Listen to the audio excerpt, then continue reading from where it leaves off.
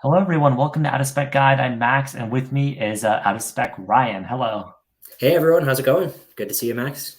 Yeah, good to see you. Hoping to have you on the channel a lot. So glad you're with our team, and you are a owner of a Chevy Bolt, right? That's right. 2017. I've had it for a couple years now. Awesome. So I mentioned that because the Bolt is one of several vehicles that qualifies for the federal tax credit, which you may have heard of, where you can basically get $7,500 in tax deductions from the IRS for buying an electric car. Exactly. A pretty big number, especially if you're looking at a Chevy Bolt or a Tesla stuff that's, in a lower price range. $7,500 is a big chunk out of that. Yeah, I'll show some pictures of the Bolt. Let me put them up on the screen. But basically, the Bolt, I think, is such a great car for this because it pretty easily qualifies for all the requirements of the tax credit. It's already cheap to begin with in the like $27,000 zone That's new. right. Yeah. And yeah, and then you subtract, $7,000 from that, assuming you're eligible. That becomes a $20,000 EV with decent range, over 200 miles. That's pretty awesome. Definitely. It's a pretty compelling purchase at this point. Absolutely. So let's go over some of the just biggest key requirements off the bat. Where do we start? Like, how do people know if they qualify? Because there's several things that go into this: the price of the car, how much income you make, all that stuff. So where should we begin? Exactly. Yeah. There's a lot of things that you have to qualify and meet the requirements for to get that $7,500 tax credit. I think we should just start with some of the easiest stuff. It's got to be a car, got to be a vehicle, less than 14,000 pounds, and at least a 7 kilowatt hour battery. I So think that pretty much includes a ton of plugins and EVs, right? All off the bat. almost every single one that I could think of. Yeah. And 7 kilowatt hour battery point is interesting because if you're looking at, I think, any pure electric car, I think they all meet that pretty easily. That's a pretty small battery size. Some plugins that gets a little murky. But even a lot of plug-in hybrids now do have a battery at least that big. We're not going to go over every nitty-gritty model of car you can plug-in you can get because that could be its own other episode we might do later. But there is, I think, a price cap on the cars that are eligible, right? Exactly, yes. And that price cap depends on what type of vehicle. So for SUVs and vans, that number is $80,000. For cars, crossovers, all that kind of stuff, everything else, it's $55,000. So vehicles under those numbers will qualify. Okay, and that's super interesting because I was reading that the Tesla Model Y and actually the Ford Mach-E, right, two very popular, really compelling kind of electric crossovers or small SUVs, they're not considered SUVs because of the gross vehicle weight and some other metrics. And so for some of these cars in some configurations, if you price it above $55,000, which you can do quite easily, then you lose the eligibility for the tax credit. Right, exactly. A lot of stuff that you might consider in your own mind an SUV, like this Mach-E, is technically not an SUV. It's super interesting you brought up the Model Y, technically not an SUV. However, if you spec it with 7 seats, it does become technically an SUV. So it's a bit murky. So you're definitely going to want to check on your individual vehicle that you're looking at and make sure it's fitting into the price cap that is applicable for that specific vehicle. Absolutely. And I want to do coverage in the future on these super popular vehicles because Model Y, Mach-E, I mean, these are heavy hitters. So many people want to buy cars or crossovers like this nowadays. So I think it's really important that you make sure you're specing the right one. Now, I'm sure Tesla hopefully is going to ensure work some magic to make sure all the Model Ys are eligible somehow soon. And I'm sure Ford behind the scenes is doing some lobbying because I can imagine it frustrates people at these companies that their cars are potentially much more expensive than competition who does qualify for the tax credit just because of this weird arbitrary distinction between what's an SUV and what's a sedan, whatever, a smaller car. Right. Exactly. Yeah. It'll be interesting to see how this develops, what changes, what's new. I'm hoping more stuff will qualify. I think it'll also hopefully encourage manufacturers to either drop prices or introduce new, less expensive specifications or models. Absolutely. I mean, I'm just hoping, yeah, like, because this is a lot of money potentially to lose out on, even with a Model Y, 50 grand, 7,500 off it is a substantial percentage of the price, getting up there in like what, 15 to 20% of the price of the vehicle. But however, the vehicle is not the only thing to consider. also not every person with this new tax credit in 2023 is eligible, right? There is an income cap. Exactly, that's right. And it depends on whether you're filing as an individual or married. If you're an individual, that cap is 150 grand.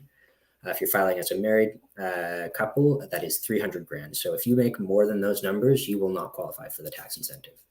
Yeah, so it kind of precludes basically, right, higher earners. The idea of it being that incentivizes more so cheaper vehicles and people who just aren't making, that amount of money, which I can understand the reasoning of, but it does mean that you also have to reasonably, I think, practically meet a minimum income to actually realize the 7,500 deduction. So it's kind of, you have to be in this in-between zone where I think it's what, like $40,000 a year at least you have to make to realize the deduction at a minimum. And then as an individual, you can't be over 150. And if you're in a household, you can't be over 300K. So it's this kind of like in between zone you have to find yourself in.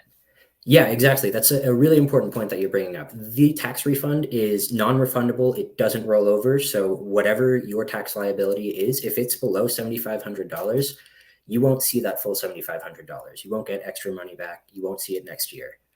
So in order to get the full $7,500, you have to have a $7,500 tax liability. And of course, that depends on your income, your deductions, a lot of different variables. But yeah, you're exactly right. There is a sweet spot in some sort of range between 40-ish and 150 grand where you can take full advantage of the tax incentive without earning too much. Yep. And there's another wrinkle here too, because I want to talk about one of the cars we like a lot, or I personally like, is the Hyundai Ioniq 5, the Kia EV6. These are, South Korean vehicles made for the US market, obviously, but they're not eligible, as I understand it, for the tax credit because they don't meet, as I understand it, the US manufacturing requirement. So the vehicle, you just don't get the IRS credit for, right? That's exactly right. So one of the last requirements from this new bill is that the vehicle's final assembly must be in North America. Ioniq 5, that's not the case. EV6, not the case, those vehicles. So they technically do not currently qualify. Right. And that could change, when you're watching this, if it's several months into it, check our channel, see if we have new content, because who knows? I mean, if Hyundai and Kia do eventually qualify for this credit, I think that'll be a big deal because in my opinion, and I think in the opinion of a lot of people, these are some of the most compelling vehicles for the price. And they're right in that target price. We're talking 40 to 50 grand, right? And if they're considered an SUV, well, all of them are well under 80 grand. So having them not qualify is a huge deal because, right, $7,500, huge impact. Up until last year, Tesla had run out of the old tax credit, meaning that you couldn't get it no matter what for Tesla. Now you can for a Tesla as long as it has 7 seats, I guess. But you can't for the Hyundai and Kia vehicles, which you could last year. So this kind of really, I think, inverts the value recommendation of a lot of advice that channels like ours would have given last year.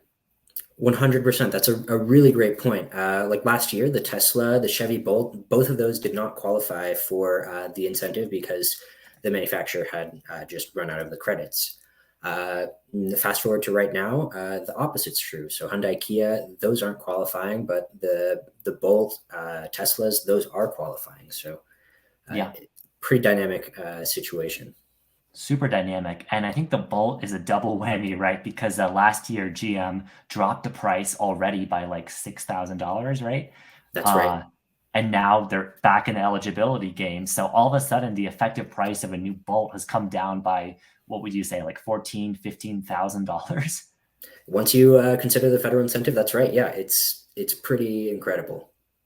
Yeah, and we can't say this enough, right? I mean, I think a lot of outlets are guilty of this. We treat the federal incentive like it's just a discount off the price of the car. That's not the way it works, right? It's this IRS kind of refund situation. Like we've been saying, you really have to meet the requirements and you also have to actually be able to realize that benefit in a single tax year. So don't treat it like, I don't know. I feel like people shouldn't treat this incentive in the way that like I wouldn't be able to afford this car without the incentive, but with it, I just barely can. It's more of a, oh, here's kind of a sweet incentive, a perk if I'm already getting an EV, right? Exactly, and a point to that is that you won't see that $7,500 for a while. It comes to you in the following year's tax return. So if you buy this bolt today, you won't see this till you get your tax returns in the year 2024. So over a year from now. Yeah, and ideally, your dealer should be cluing you into this. Make sure, they are. Make sure they're aware of it. And also, I do want to mention one other situation because the other day I was playing with a Volkswagen ID4, and that's a super interesting vehicle because it was not eligible for the tax credit last year. In this new year, there's new ones built in Chattanooga, 2023, that are eligible. And this is a weird situation, right? You can see how for Volkswagen, it's bad because basically, if you were to buy a 22 model and didn't get the tax credit, why would you do that when you could buy the newer model year of the car and get the tax credit? So to kind of rectify this, I learned this just talking to a VW dealer.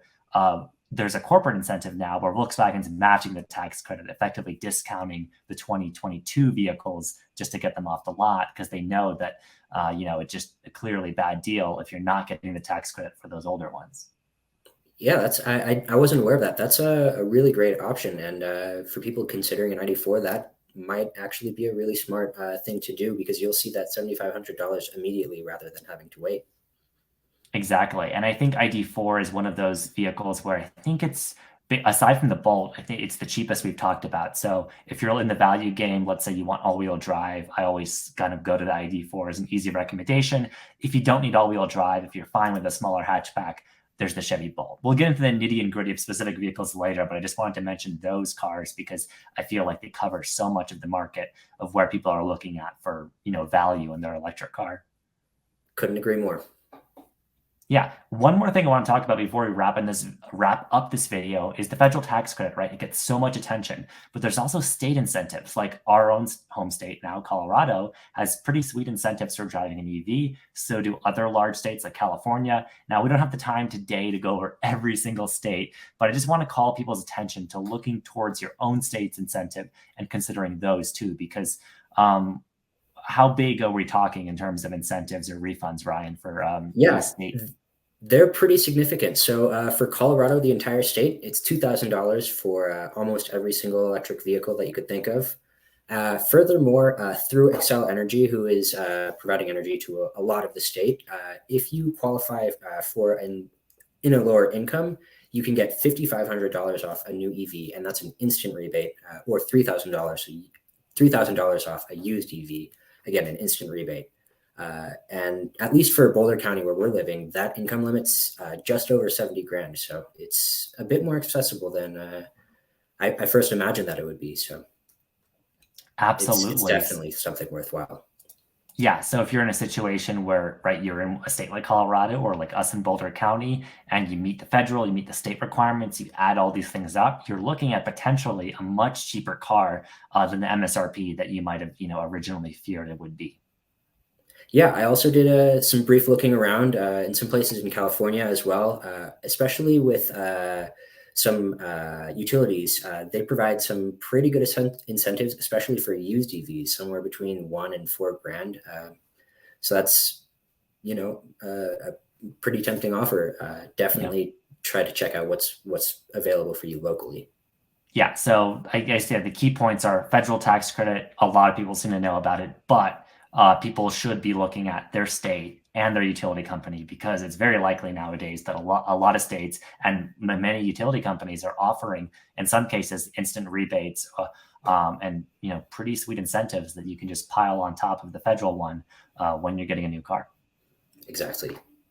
Yeah. Well, thank you so much for coming on with me, Ryan. Are there any other kind of points you want to talk about today for new cars and the tax credit, or do you feel like we gave a good overview of the situation? I think we covered everything that I really wanted to talk about. Awesome. Great. Well, there's so much more to unpack with used, tax credit, leasing. We know there's tons of different situations for buying a car, but I hope this kind of helps cover the basis for some of the most popular cars and kind of explains the federal tax credit, whether or not you qualify, and also directs your attention towards looking towards your state and utility benefits because you really should combine as much of those as you can. You can really make a lot of these EVs significantly cheaper. Absolutely. Well, thanks so much for joining me, and can't wait to have you on again. Looking forward to it.